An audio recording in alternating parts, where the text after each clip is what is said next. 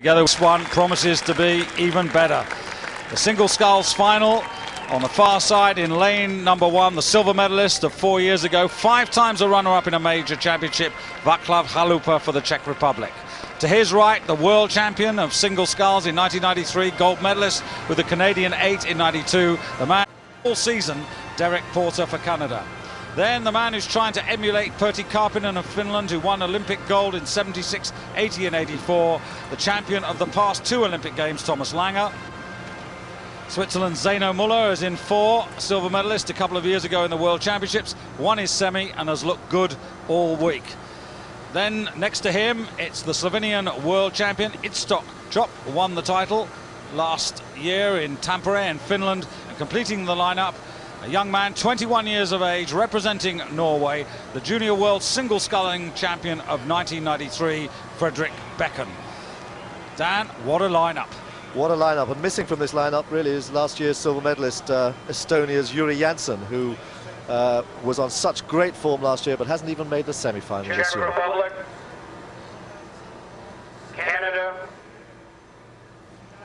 Canada certainly favoured to win here. He's had a great season. Switzerland,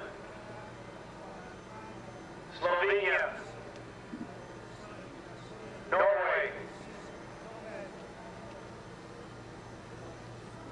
Attention.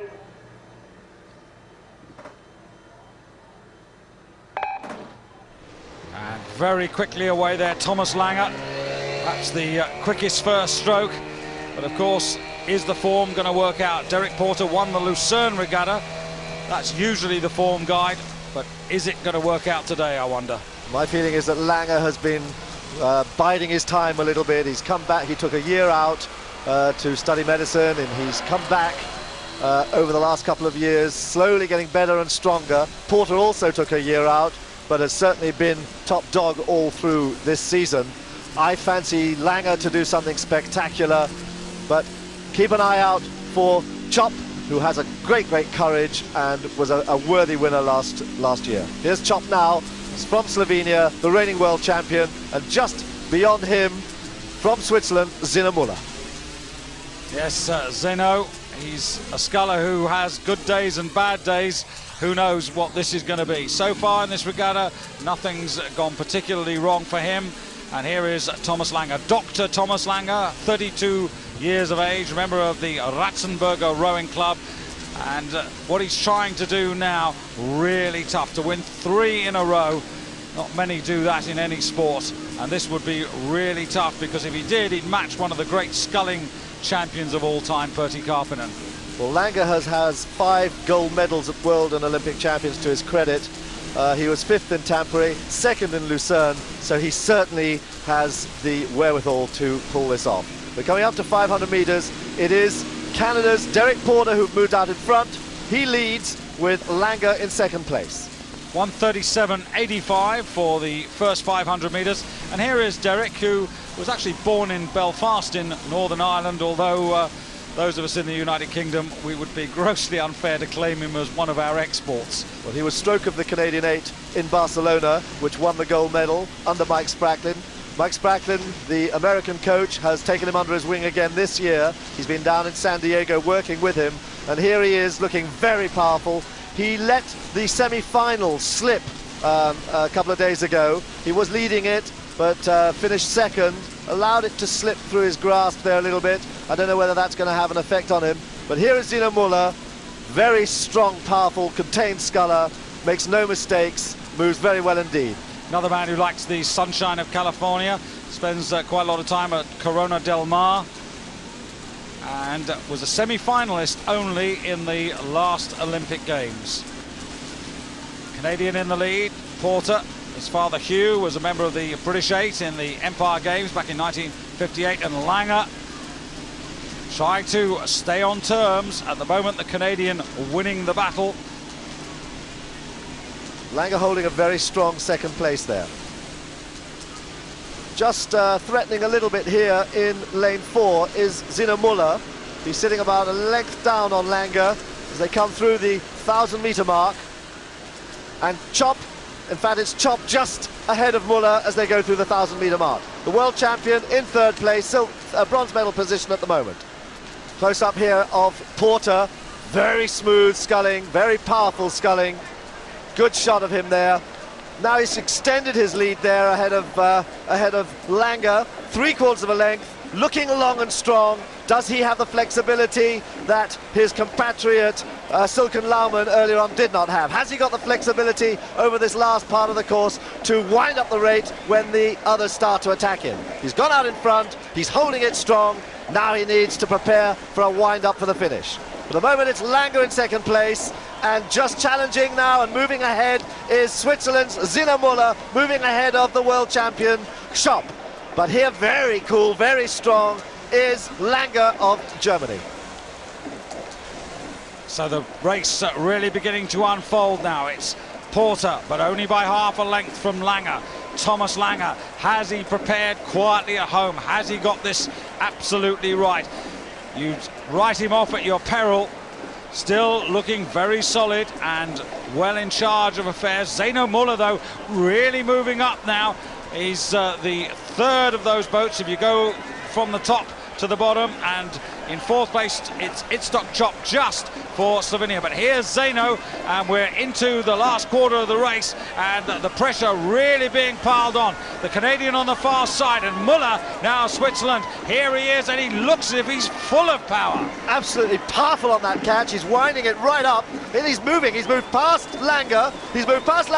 He's almost now onto Derek Porter. Now can Derek Porter wind up that rate? Has he got the flexibility? But Muller is moving.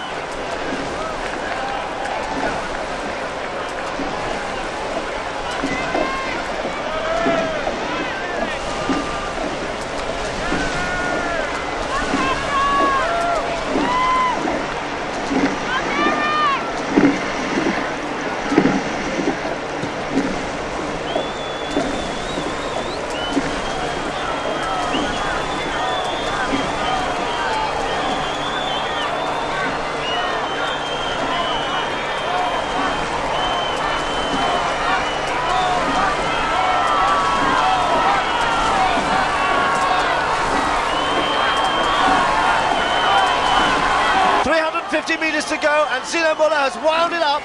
He's moving fantastically well. And he's moved right past Porter. Half a length. In 20 strokes, Muller went right through first and second place, and he's now in front by 3/4 of a length. And he's pulling away as well, and not for the first time, in fact for the second time in the space of 30 minutes. A Canadian sculler has been asked a serious question and can't respond. In fact, no one can respond. This is enormous now. Muller pulling away. Every stroke he's going further, and look at his face there. He knows he's got this. He's looking to his left there, and he's so strong the rest can't do anything about it.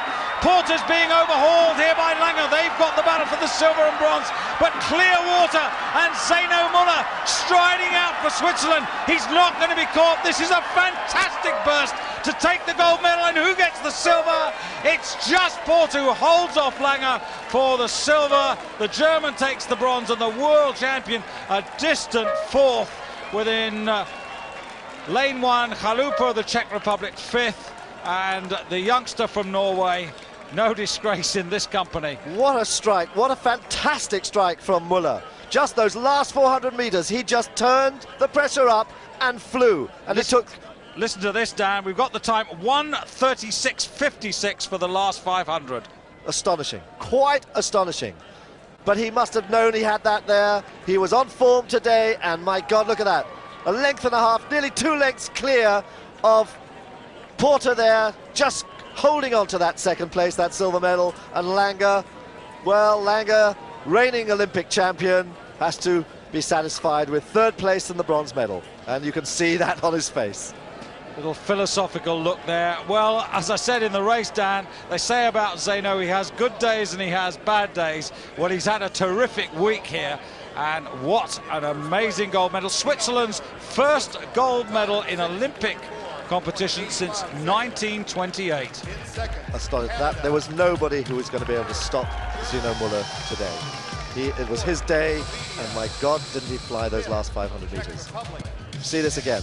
Very, very horizontal on the drive back. good connection through the back, through to the legs. An absolutely stunning victory. 3 brilliant scullers, but what a day for the Swiss.